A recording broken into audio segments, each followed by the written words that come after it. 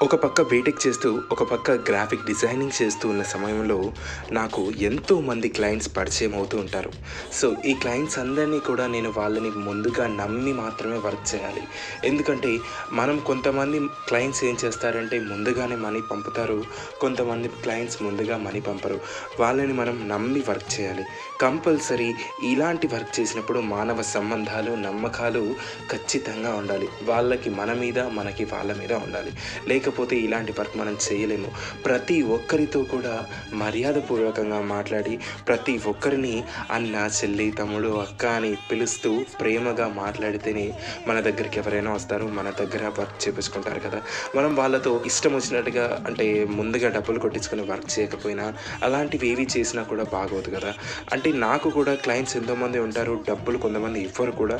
వాళ్ళకి కాల్ చేసి చాలాసార్లు చాలా మర్యాదపూర్వకంగా అడుగుతూనే ఉంటాను.